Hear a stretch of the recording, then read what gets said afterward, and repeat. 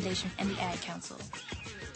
The views and opinions expressed during this program are not necessarily those of Overseas Radio Network, the Expat Broadcasting Group, the staff, management, or broadcast partners. All information provided is for educational purposes only. Before taking action, consult a licensed professional. The Costa Check 1, 2. Testing. Now hear me. You're listening to This Week in Costa Rica. Once the volume control is set, do not readjust. On the Overseas Radio Network. That's why I want you to go on the radio. This Week in Costa Rica, bringing you the latest information from expats, experts, and people just like you who chose to escape, retire, and live in Costa Rica. Listen and decide in your own mind what sounds best. Got a question? A comment? They have to be dealt with on an altogether different level. Or just want to talk to an expert on living in Costa Rica? Brother, what a way to make a living. Give us a call now. Hello? Lines are open and your answers are just one phone call away. Now, if you have some suggestions to offer, we're willing to listen to you. Ready? This Week in Costa Rica with your host, Who you? Corey Coates. And now, folks, it's showtime. Well, hey, and welcome. This is another edition of This Week in Costa Rica, coming to you from the Overseas Radio Broadcast Facility here in Jaco Beach, Costa Rica. Enjoying the sunshine, the beautiful weather, and another great day in paradise. My name is Corey, and you and I are going to spend a couple hours together today talking all things Costa Rica. Couldn't be more excited to have you here. Thank you for joining us. If you're listening in archive form, thank you. If you're listening live and you're going to have to step away, don't worry. You can go to overseasradio.com/archives and find editions of all of these great shows in MP3 format. Download them, put them on your iPhone, iPod, however you like. And I'm really excited to announce today that I went ahead and I launched my new website for this particular radio program. ThisWeekinCostaRica.com is the web address right now. And forevermore. And it's a really pretty site. I'm really proud of what I got up there today. Lots of information. More importantly, there are the show notes for everything that we discuss here in this show. As you know, I love to bring on a lot of guests and a lot of people to talk about all things Costa Rica, or Pura Vida, as we say. Not the least of which is having expat entrepreneurs and success stories. Retirees and individuals who have moved down here in search of love or life or liberty, freedom, or maybe they just want to get out of that snow and enjoy the warmer climes of Costa Rica. And of course, it is Holy Week here, as it is around the world, or Semana Santa, as we say in Espanol, the time of the year where we not only celebrate Easter, but it's the time of the year here in Costa Rica where many Costa Ricans, or ticos, as they endearingly call themselves, use this chance to tack on a couple extra holiday days to the statutory holidays and make it a week-long celebration. Pack the family up in the car and just head to the beach. Don't blame them either. This time of year is probably the best weather you're ever going to see, though I have to say the weather in Costa Rica is pretty near perfect all the time anyway. Except for that rainy season that seems to be coming a little bit earlier, but we're going to talk about that in a bit. But right now, a lot of the Costa Ricans have either immediate family or friends who have some sort of accommodations at or near a beach. And this is that great time of year to jump in the car, head to the coast for a week, and spend some quality time with your family. I'll tell you this. If there's one thing I admire about the Costa Ricans, is they are super protective of their lifestyles. That pura vida life, as they say, meaning pure life, that idea of enjoying each and every day is something that they will guard, with their lives, really. Because at the end of this, what Costa Ricans love to do is they love to live. They don't like to work too hard. I'm not going to throw out words like lazy. I don't think that's a fair categorization. One would consider me lazy now if you were to compare my lifestyle to that of a North American. Now, I get a lot done. I work pretty hard. I accomplish quite a bit in my and many other businesses that I work with. But at the same time, I don't stress myself out when I do it. And this is what I think is key. You see, a lot of Costa Ricans take a lot of time off to go and spend time with their family. Now, why in the world would anyone criticize someone from doing that? Stop for a moment. Think about it. Hey, I want to go spend a week on the beach with my beautiful family in the weather. I want to appreciate the great things that God has given us, and I want to celebrate the birth of our Lord. Well, who am I to get in the way and say, hey, you should get back to work. You only need a couple days off. No way. Enjoy it. Take advantage of it. You know, a lot of people make fun of the French. And they say, how many holidays do you guys take? Well, quite a few. But again, these are people that are very protective of their lifestyle. They like to live a certain way. And when you stop and take a really long look at the reason why they're living that way, you realize that maybe up in North America, we don't have it all quite right. Maybe we're working ourselves to the bone and we're not really getting what we want out of it. I am going off on a rant here, but now the more I think about it, hey, we didn't get a lot of what we expected out of it. Now, did we? Spent a lot of time in school, accumulated a lot of debt to get qualified to get a job and pay off those student loans over an extremely long period of time, only to get a decent enough job that the bank will loan us enough money to get ourselves even further into debt. Wow, now we got to work our butts off, and we're afraid to take a holiday even. Nobody wants to take time off. What do they say? That moment that you walk out of that office and you take the time off, somebody's going to jump in and do your job, or somebody else in your department's going to absorb the work that you did, and then they're going to realize, wait a minute, maybe we don't need Steve.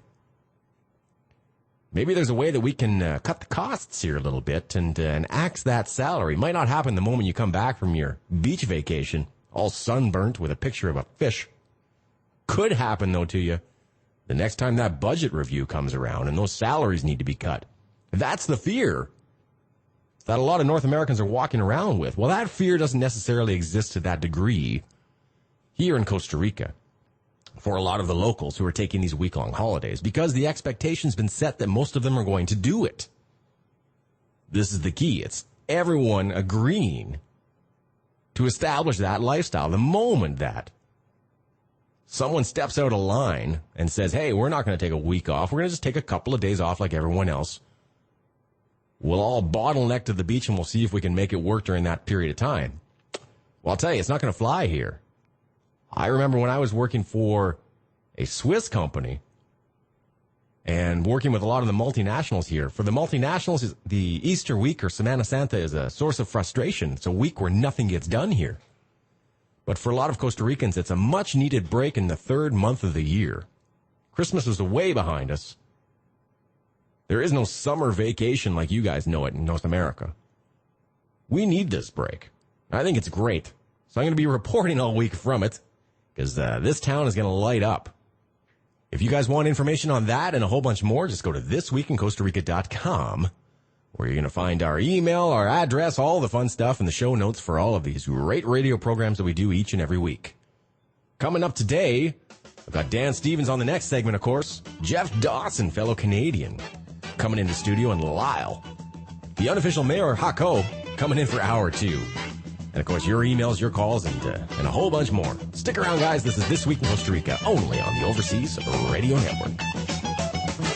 So you want to jump out your trick bag and ease on into hip bag, but you ain't just exactly sure what's hip. Sit back and relax. You are tuned into the Overseas Radio Network.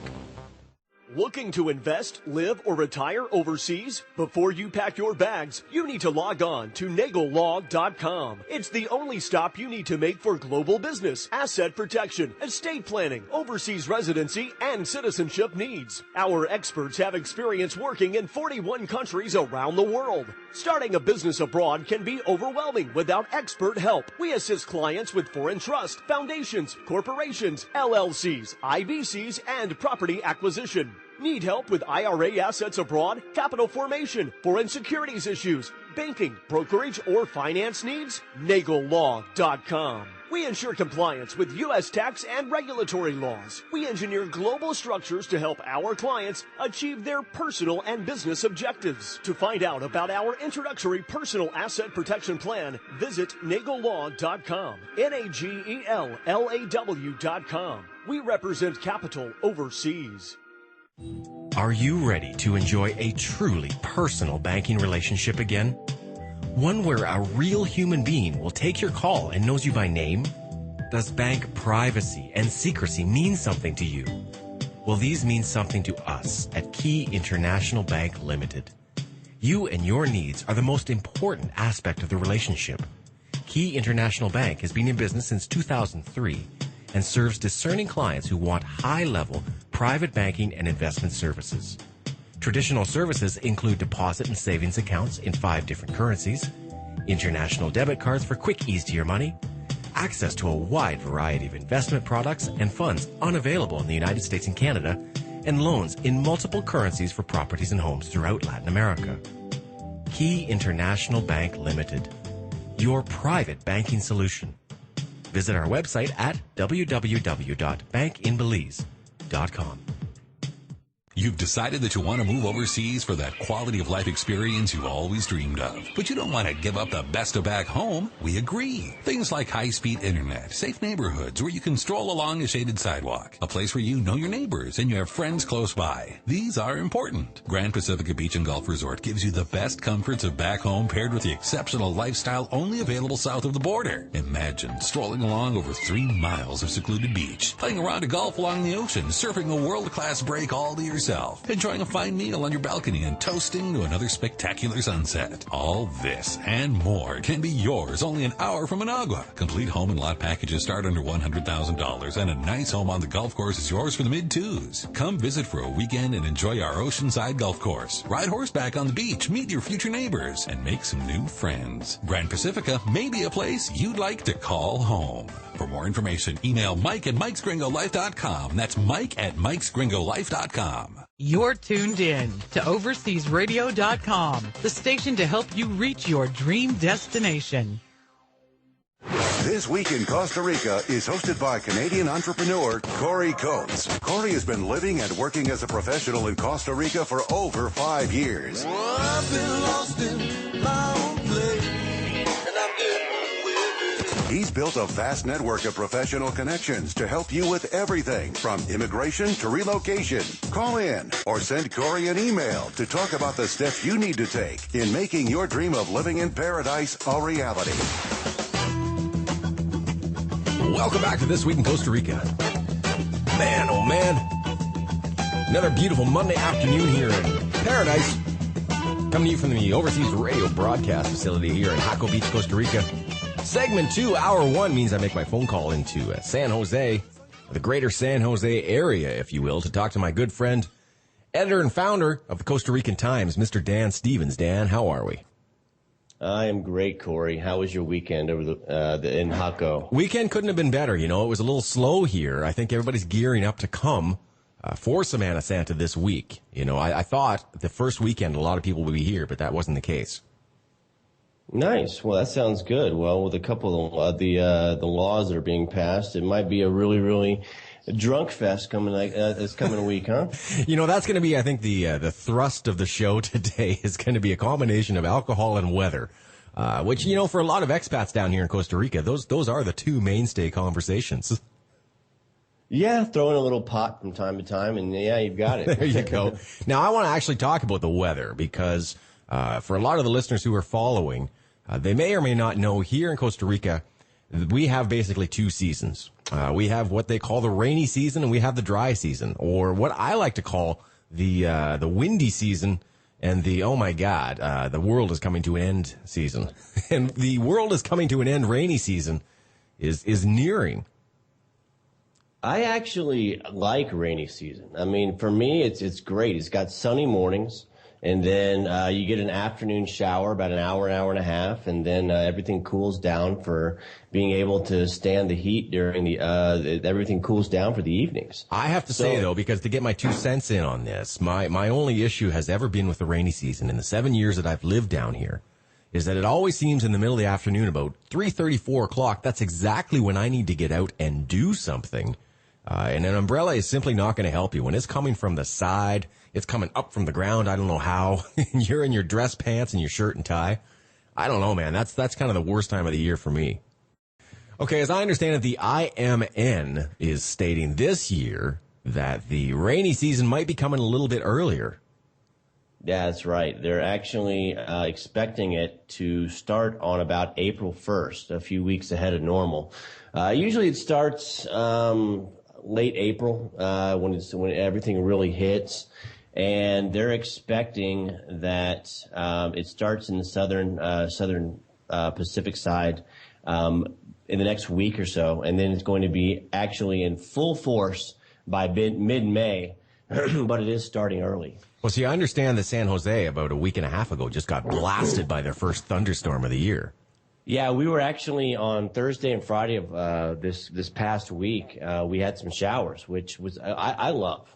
And during rainy season, usually it's hot, sunny mornings, and the moisture builds up, and then it's released in the afternoons by short but intense bursts, to say the least. For me, I love it. But it will be starting early this year.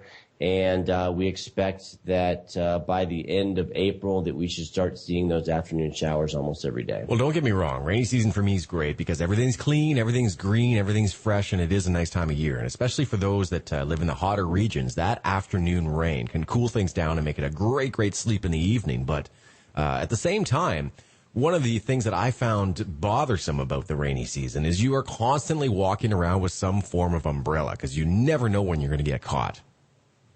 Yeah, you are walking around with the umbrella, and then I'm usually walking around with wet socks, at least in the afternoon, because if I leave the house in the afternoon and it hits that afternoon shower, there's pretty much no way to avoid getting your shoes and socks completely drenched. See, I had a triple umbrella strategy, believe it or not, when I traveled quite a bit through the valley. I had one of the tall umbrellas, with the hook end, right? Like I felt like the penguin out of the Batman series. And then I had a smaller, like a 3/4 umbrella that would fit into my bag. And then I always had a mini umbrella, the little just-in-caser, where it's like I don't need the full-blown umbrella because I'm crowded at a bus stop, but I do need a little something to cover my noodles. So I used to walk around at one point with 3 umbrellas and a pair of galoshes. Nice. I think the funniest thing is when you're actually walking downtown in San Jose or in my case in Heredia, is when you're walking down those sidewalks when it's raining during rain season, you've got all those people with those large umbrellas. It's like doing a slalom ski down the mountain, trying to avoid it, and you're even running into people and getting more wet because you got to move your umbrella to the side every 5 seconds. Wow. You know what? There's another topic I want to get to. We talked about rain. We got to talk about booze. I mean, it's liquid today, I guess, all around. What's going on here?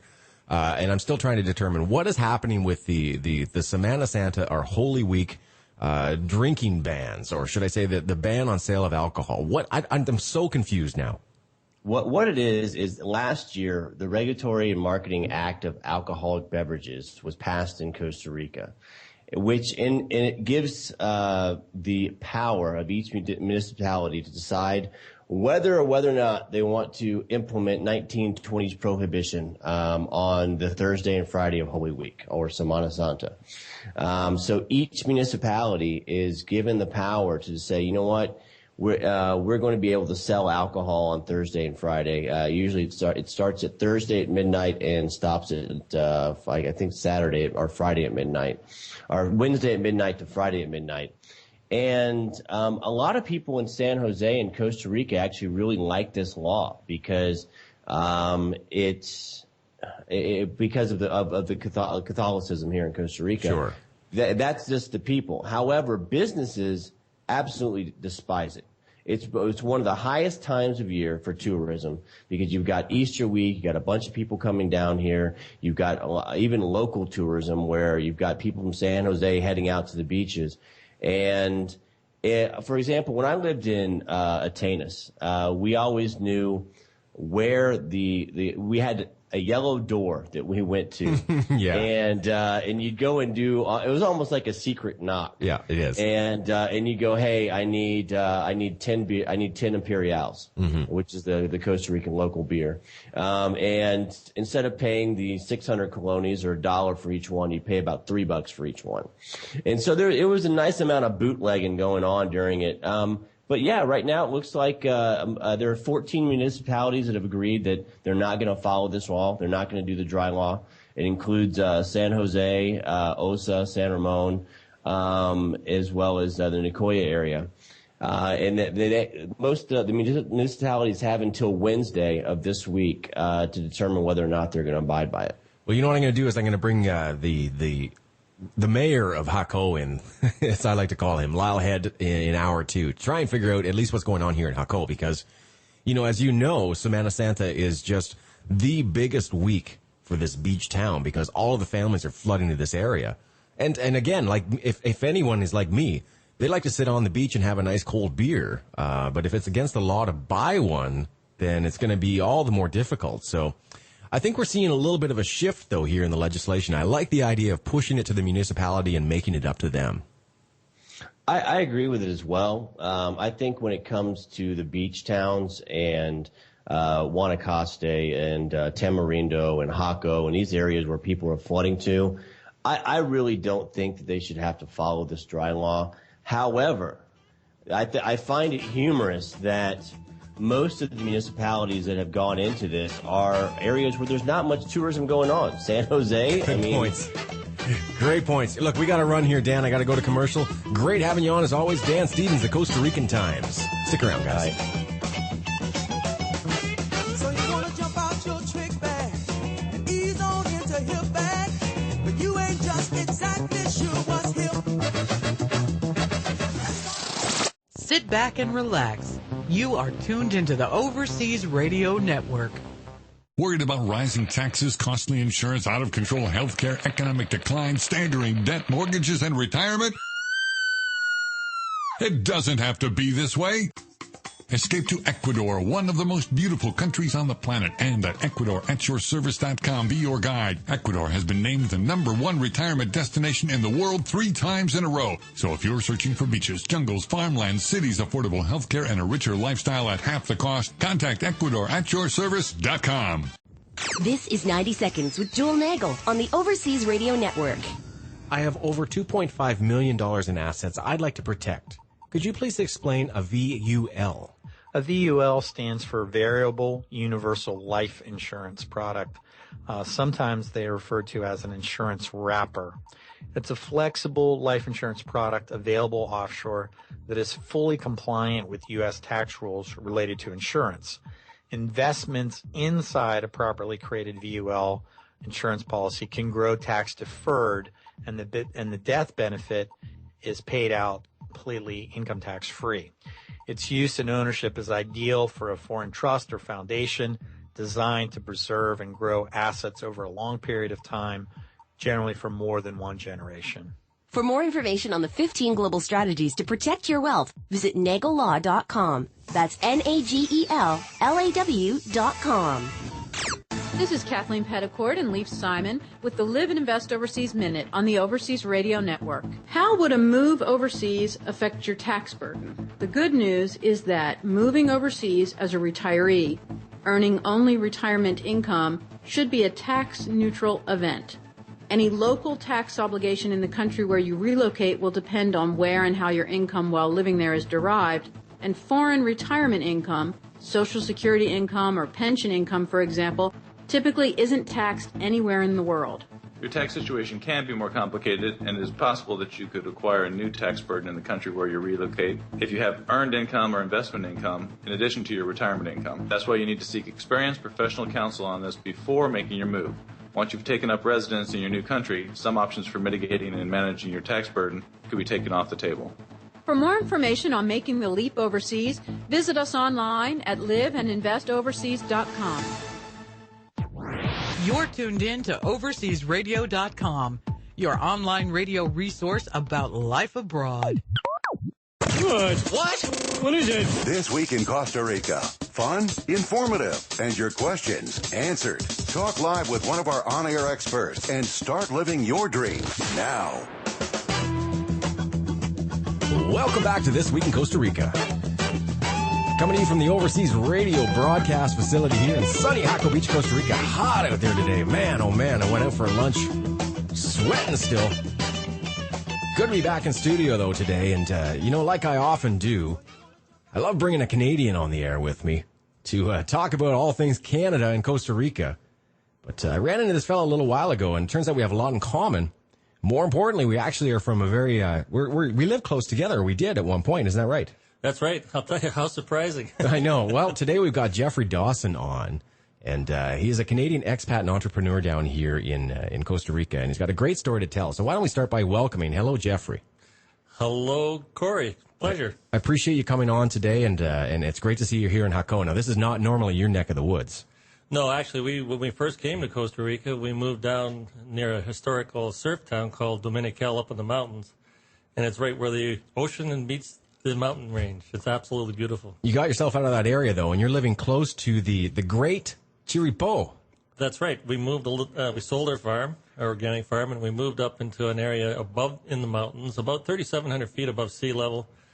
Perfect climate, perfect everything. It's gorgeous. Nice and cool, I mean, because here, you guys look like you're sweating like dogs. I got to tell you the truth. Sweating like dogs that's a polite way of putting it. All right.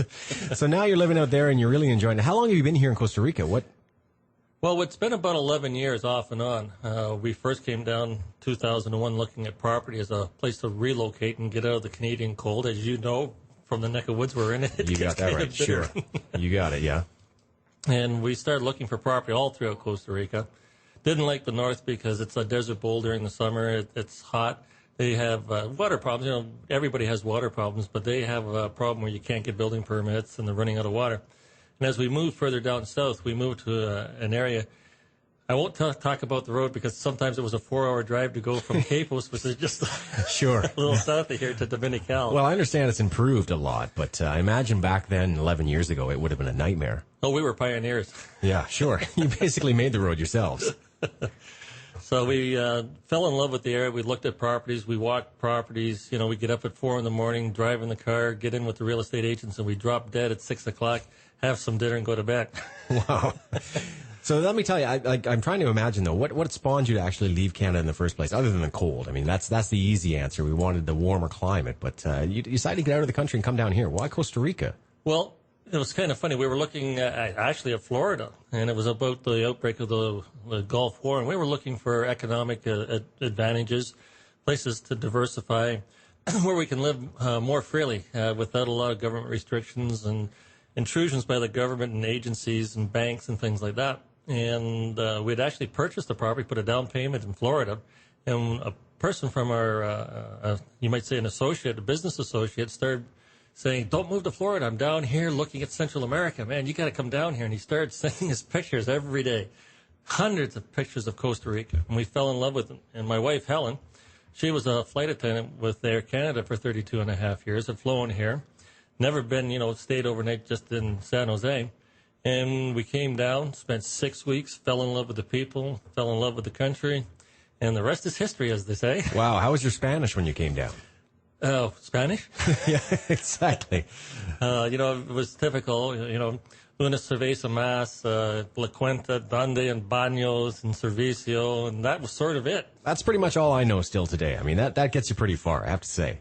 For sure. Now, it's interesting, Jeff, because I brought you here on the show, for a couple of reasons. And one of them was, as you know, a lot of the listeners to our network are not only looking for an escape destination, they're not only interested in a place like Costa Rica to live or retire or start a business. But more importantly, a lot of people tune into the Overseas Radio Network because they're very interested in asset protection and ways that they can secure their future. And you're involved with an organization that I think has a fascinating way of approaching this. Yes, we are. And it's fascinating to see the number of people that are becoming more aware of what we're doing. And it's a lot of fun. And when you talk about asset protection, that's what this is all about. It wasn't about investment. Yes, the investment, the ROIs down here is very good. but we were looking more for asset protection. And as you know, as a fellow Canadian, a lot of our American expats, taxes in the United States and Canada are getting out of hand. You know, we're paying anywhere from 48 to 51% of our income, plus all the other taxes that are there. Yeah, right. And we were falling behind, even though, you know, I was with the telephone company for 22 and a half years, and then the fire service, and I have my own construction business. I found the harder I worked, the further behind I got. Wow, that's really interesting too, because you know I remember when my father was very successful in the retail industry. There was a point where you get to, especially in the Canadian tax brackets, where you're making a certain amount of money and you don't want to make a nickel more because you're going to get entered into that super high tax area that it's almost not worth going to work for. You're right. It was a penalty, and it's the same today. I mean, you talk to people who are doing overtime, they're watching it because they don't want to get into the next income bracket, even though they need it.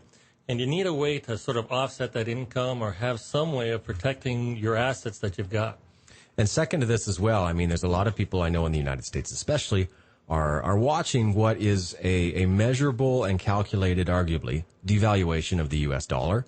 And ultimately what is going to be, you know, depends on your viewpoint, but mine at least, what is a very complicated and deteriorating financial situation in the United States, making that the assets that you hold now might not be worth very much 5-6 years from now. And I think it's actually going to occur much quicker than that in the United States. We subscribe to a number of news magazines and financials, and we listen to a lot of internet programs where money experts are talking about the collapse of the economies around the world. It's just not the U.S. dollar. It's a world devaluation. But unfortunately, the American dollar, or as it really should be called, the petrodollar, is on its way out. And unfortunately for the people in the United States, it's not the people, it's the commercial industries, the government, and the people in the know. They just keep printing money. And the more money you print, the less your dollar becomes. And one thing that all the money experts agree on, every one of them outside the United States, and some inside, you'll hear the odd proponent that it is going to happen. It's not a case of if, it's a matter of when. Sure. I'd 100% agree. I mean, not to get too political here, but just recently I watched not only the Speaker of House, John Boehner, but Barack Obama, both stating almost verbatim, we really are not going to have any sort of financial crisis as related to our debt within the next 10 years. I mean, really? You know, I'm not great at math, and I'm certainly no accountant, but the writing's on the wall. Well, one of the funny things is, Jack Lew, I don't know if people are familiar with Jack Lew, but just check out his credentials and what he did to the Citigroup. Here's a man that basically drove a profitable company into the ground and got a lot of taxpayers' money, and it's in the press. I mean, they put it there, not I. And you wonder, well, why is he taking a guy like that and put him in charge of the Fed and the U.S. reserves? Sure. So I guess what we're getting at here, Jeff, is now that I look at what truly is a developing situation that is probably inevitable. I just can't imagine how this is going to reverse course. I think that, here's me. I've got some assets I need to protect. I've got some cash, but the cash is not going to be worth very much down the road. We have to look at what some of the alternatives are. And more importantly, I think what's interesting is we have to consider how can I move or protect my assets in a way that they're not going to be subject to a lot of scrutiny by some of these governments that are, let's put it this way, going around looking under every rock and trying to find every penny and nickel they can. Well, that's one of the things that we did. And we started investing in precious metals and diamonds and things like that, Helen and I, 25 years ago. And we thought we were pretty savvy gold buyers. And we always had the belief that gold was the number one thing. And actually, if you go just a little back a few months ago, the Basel III report is talking about putting the world back on the gold standard. Interesting. So what happened was we started buying gold as a protection, not as an investment, because that's not what we're doing. We were looking at a way of protecting what we have, and jewelry seemed to be the way. And then we started buying, it's kind of funny, we started buying American Eagles, Cougar Anns, Canadian Maple Leafs, and things like that, and they're all 1 ounce. And, I look back and I go, we gladly gave up, back then $300-400, and then all of a sudden it changed to, $1,800, $2,100, $2,200 for 1 ounce of gold. Yeah, this is something I really want to get into with you, is because even if a guy like me, an average guy making an average living, especially living in Central America, I don't have that kind of money to put down on a gold coin. Who really does? And when you look at this day, when people talk about gold, they don't understand the difference in gold. It was an education process for Helen and I. And that's one of the things that I can be thankful. I've had some very good mentors and did a lot of research on the internet. I'm not an investment specialist or professional or anything like that, basically self-taught. And I listen, and I do a lot of research. And I'll tell you, when I understood the difference between, I'm going to name a company here right now, Carrot Bars International, and regular gold, it was an education process because I unwittingly bought money or gold, okay, paying up to $2,000, $2,300 for 1 ounce of gold that no longer belonged to me. It always was the property of the government that minted the gold. I got you. Hold on, Jeffrey. You're going to take a little commercial break here. I want you to hold that thought. Talking to Jeffrey Dawson today, fellow Canadian expat entrepreneur down here in Costa Rica. Giving you guys a couple of options, I think, and educating me along the way. You guys want to call in and talk to us? 888-741-7472 is the number. Hang on, guys. So you want to jump out your trick bag and ease on into hip bag, but you ain't just exactly sure what's hip. OverseasRadio.com, broadcasting from Panama to Paris and beyond. Georgetown Global Metals is a division of Georgetown Trust, Ltd., an international financial services company headquartered in Belize with offices in Zurich, Switzerland, and Panama City, Panama. Georgetown Global Metals is a leader in the physical acquisition and storage of metals worldwide. The company utilizes the best and most state-of-the-art facilities in Switzerland, Germany, Singapore, and Panama to store metals inside or outside the customs borders of the countries in which we maintain storage facilities. Georgetown can also acquire and store virtually any strategic, industrial, or defense-oriented metal for our clients. Most metals can also be fully insured throughout the delivery and storage process with Lloyd's of London. For a free, no-obligation quote on any precious or other metals, acquisition, or storage, please contact Louis Eck at georgetown@btl.net. Mention you heard about Georgetown Global Metals on ORN and receive 1 month storage absolutely free. Again, that is georgetown@btl.net or telephone International Country Code Belize plus 501-226-3569. Establish your business in one of the most extraordinary cities in the world. Connect to a market of over 1.8 billion people from Dubai. Over 1,400 companies from around the world have made Dubai Airport Free Zone their Middle East and Africa headquarters. Dubai Airport Free Zone was rated one of the top free zones in the world.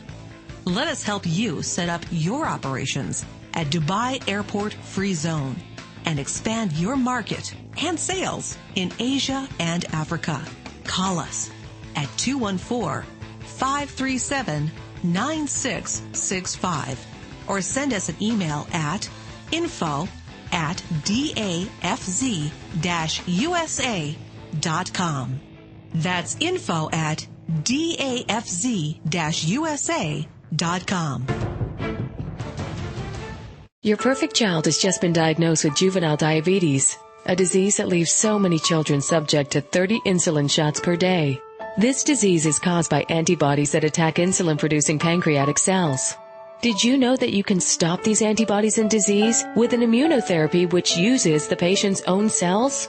We're here to answer your questions and to educate you on a non-invasive stem cell procedure using stem cells from the patient's own body. Get your questions answered by Dr. Alejandro Maesplace, whose research on stem cell therapy for diabetes is published in medical journals and applauded by medical professionals and professors at the University of Padua in Italy and Johns Hopkins University in the U.S. Treatment by Dr. Alejandro is the best choice of caring parents who prefer not to subject their child to any unnecessary risks or the negative side effects of chemical treatments like chemotherapy. Learn more at stemcellsjourney.com or call toll-free 888-806-6702. Also available on Skype, name @Messplace. You've worked hard for your wealth. The Nessman Group can show you how to preserve it legally. We've helped clients in over a dozen countries open offshore accounts, set up international businesses, obtain second residence and citizenship, and construct suitable legal entities to protect their wealth. Contact the Nessman Group at 1-602-604-1524 or sign up for our free blog at www.nestman.com. That's www.nestman.com. I don't recycle. I mean, we can just find another planet for your kids to live on, you know? Log on to yougottabekidding.org and learn about all the ways you can recycle. Hey, recycling's just not my thing. Don't be that guy. Log on to yougottabekidding.org. You're listening to the Overseas Radio Network, the exclusive online radio station for the expatriate community. You know what I just heard? What? Costa Rica has the reputation of being the happiest country on earth. But it gets better. This Week in Costa Rica brings you the best information. The best. From the people who understand why so many choose to call this beautiful place home. Bringing you the latest information from expats, experts, and people just like you who chose to escape, retire, and live in Costa Rica. This Week in Costa Rica. Pura Vida. Welcome back to This Week in Costa Rica. It's been a lovely Monday afternoon here with Mr. Jeffrey Dawson in the studio. Joined us today and educating me, I got to tell you. One, it's always nice to speak to a fellow Canadian. Look, we're biased towards each other. We're just good people, let's be frank. And as well as that, we're from the same neck of the woods, which is kind of nice. You know, I always run into a lot of people from southwestern Ontario here, which makes it a lot of fun.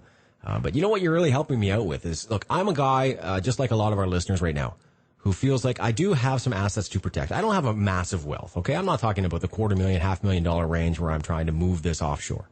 But I am in a position, though, that I'm very interested in getting myself involved in an opportunity where I might buy something that is more secure, but come in at sort of a lower barrier to entry. And we were talking just before the break there that, look, I don't have $1,400 to buy a gold coin. If I had $1,300 right now, I'm not even going to be here. I'm going to take the afternoon off and go down to the bar and enjoy myself. All right. But I do have a couple $100 at least to just put into something to get the feel for it and then gradually grow that investment as I feel more and more comfortable with it. So you're telling me that this, for example, company might be the opportunity I'm looking for. Well, you know, it's really interesting. And I'm going to compare this to a bank. All right. And I'm just going to take a couple minutes here. And I don't know how many of you out there have money in a bank, whether it's a financial institution in Canada, a credit union or whatever. And I just want you to think about this for a minute. What happens if you have, let's just say whether you're rich and you have a couple $100,000 in the bank, or you're like the average worker or the average Canadian, maybe with a couple $100 in the bank, and that's all you've got. What happens on the day that that bank closes? They're happening in America all the time. What happens when that bank door closes? Have you lost your money? Well, I'm assuming that you're insured, but it's going to take forever to get that money back if you even can. Well, you know, there's a lot of controversial talking about the insurance commissions in the United States and Canada.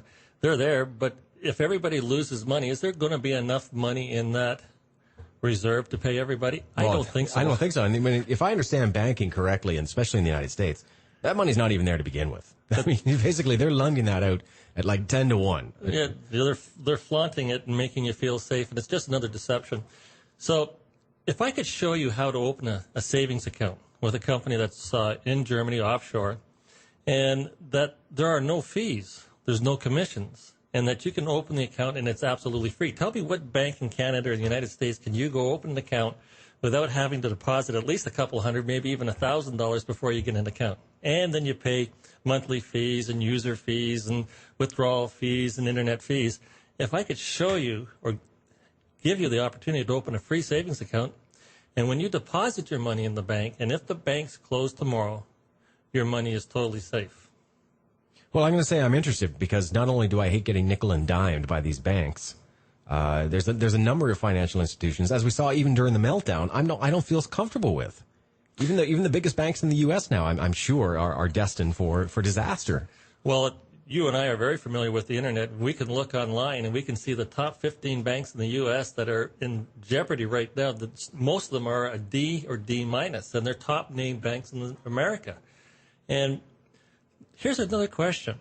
If I could tell you, if you could deposit a minimum deposit, let's say, just for the sake of argument, 50 euros or $62 Canadian or American, and instantly get gold in return versus a paper receipt, which is nothing, which would you prefer, a bank or your own private institution? Okay, well, now you're scratching me where I itch. Okay, because we're talking about a price point that I'm comfortable with, and it's giving me an opportunity to get involved in something that I'm not putting myself in a huge position of risk, I feel, immediately. Look, I got $62. Exactly. And if most people would understand that they can get what the banks have and what big corporations and business have, at a minimum, and there is no risk. You see, your $60 goes in and buys $60 worth of 24-karat LBMA approved gold, and you have it. It's there. It's a solid asset that the governments can't take away from you. It's non-taxable because it's international bullion, and it's all covered by the World Trade Organization under the harmonious tax code. So that's great. See, this is the biggest difference now. Now this is where I'm getting really interested. Because we're not talking about me buying a minted gold coin that honestly, as long as it's minted, for example, by the Canadian government, belongs to the Canadian government.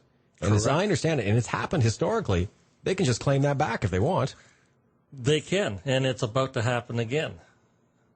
Wow. Okay. So let's just suppose that I buy a bunch of gold coins in Canada, and then the Canadian government, for some reason or another, financial crisis, you name it, calls back in the gold. They just can take it from me. They can take the gold back, but they have to give you the face value. Okay. Now this is the point that really woke Helen and I up. Okay. Well, let me cut you off just for 1 second before you get to that point, then, because I need to understand this very clearly. So now they're going to take this gold back. They're going to give me the face value, but the face value in the currency that's been devalued. Exactly. So they're going to give me that foldable cash that's been devalued that I've been avoiding having by buying gold in the first place. Correct. Okay, this is catch 20 what? 29, 28? This is not fair. Yeah, it's almost like, I would say, catch 69. Sure. Right. Okay. So explain to me now, if this is the situation, that this particular organization, then, if I'm buying gold, it sounds like on my own terms, I'm not buying gold from a government then. No, that's correct. It's a privately owned, privately minted gold. So where is this gold that they actually have coming from? It comes from different places, but the main refinery is in Turkey, and they have a large sum of gold reserves in Germany, and they mint the gold. And what's unusual about this, and I just want to take a quick second here, is it's LBMA approved, the London Bullion Market Association. If you want to know about the London Bullion Market Association, what it's all about, just go to lbma.org, and it'll explain it. But it's the good delivery of gold. It guarantees what you're getting is what you got. And when we took delivery of our Canadian coins, American coins, and French and British sovereigns and French francs, it's not LBMA approved, and it's not accepted by banks around the world. Interesting. Wow. Okay, that's a big differentiator right there. Huh. Okay, so now if I understand this correct, I'm now buying gold from a private organization that has minted it themselves. So they're not buying it from another government and just storing it in their vaults. Which means that it is always going to be it's not going to be theirs, it's going to be yours as long as you're buying it. Correct, and you can take delivery. The company is international. We're delivering and servicing 77 countries currently, and we're doing business in about 104. And what's unique about it is we outsell some of the biggest gold producers of the 1 gram, and we'll touch on that a little later, but I mentioned 1 gram of 24 karat 99.9 point pure gold. And it has a hologram on it. And when you look at the card here, you can see on the one side it has the assayer's signature, it has the Swiss certificate number, it has a hologram, which helps authenticate, and it can't be counterfeited. On the other side, it has the refinery stamp, it has a certificate number on it, it's laminated in a card that's about the size of a credit card, so it's easy for you to transport, move around, store. And what's unique about it is that this card is recognized around the world. Well, this is the interesting part. Besides all the other interesting parts around this organization, is that now what I'm really looking at is not only a secure investment and a great way to protect my assets, but now I'm looking at a way of being able to move those assets freely and easily around the world.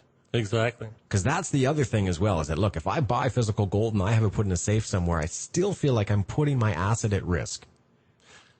That can be true, and then one of the things, and we'll get into this a little later, but when you're starting to look at 1 ounce gold coins and 1 ounce bars and half kilogram bars and 1 kilogram bars and things like that, and the counterfeiting that's going on, and if the big shocker to the American people recently was when they inventoried the Fort Knox gold, they found several of the gold bars were tungsten filled. Then there was the big hoo-ha in New York City, where one of the top gold sellers in New York, and you can check it out on YouTube and go check the history. But here they had wafers, 1 ounce wafers, and they were filled with tungsten. People were paying $1,800 to $2,200 for this wafer. and they were getting about $70 worth of gold. And there's no recourse, no protection. And I thought, when Helen and I took the delivery of our coins, we didn't ask for a certificate. It didn't come with an assayer's mark. It didn't come with a stamp of approval, LBMA. We just gladly gave over our $2,200 in gold back then, just to give you an idea. When we were buying gold, it was about $1,205 an ounce, but we decided to go into smaller currencies because of the disposability and easy to trade. But we gladly gave up $2,200 and never asked for proof that it was what it was. And when I think about our education and how far we've come to understand asset protection. Wow. Okay. I mean, this is taking me to a whole other level here of understanding how valuable an organization like this can be then for people who are looking for maybe not an alternative. If this could be the alternative to protecting your assets. Well, we're doing business in 77. Well, doing business in over 100 countries, and we're delivering gold into 77. And we're already finding people here in Costa Rica are exchanging the carat bars for services and goods around the world. It's happening all around the world. And we have what you call K exchange centers, and it's growing. There's so much to this company, and where it's going is absolutely phenomenal. This is incredible. Look, we're running short on time here today, Jeff, and we're going to have to get you back in the studio to talk a little bit more. But, we got to pay the bills.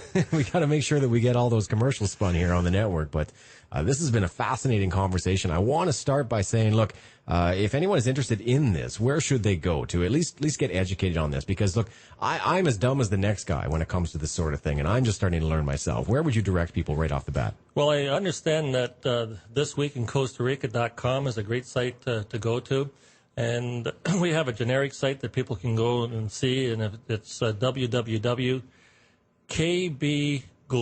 and that's GOLDEN money.com. You can go there and watch a couple of real short videos. It's a very basic, very quick overstudy, and you can leave your name and phone number, basic stuff, and we'll get back to you. Got it. That's what I'm going to do. I'm going to take a break now and run to some commercials, guys. I want to thank you so much, Jeffrey, for coming into the studio today. Of course, your lovely wife. Nice lunch. Had a great time with you guys. Fantastic. We enjoy seeing you all the time. We're going to have you back again right soon. Don't forget, guys, go over to thisweekincostarica.com, and I'll give you all the links and numbers and everything to find out more information about this great company. We'll be right back, guys. So you want to jump out your trick bag and ease on into hip bag, but you ain't just exactly sure what's hip. You're tuned in to overseasradio.com, the station to help you reach your dream destination.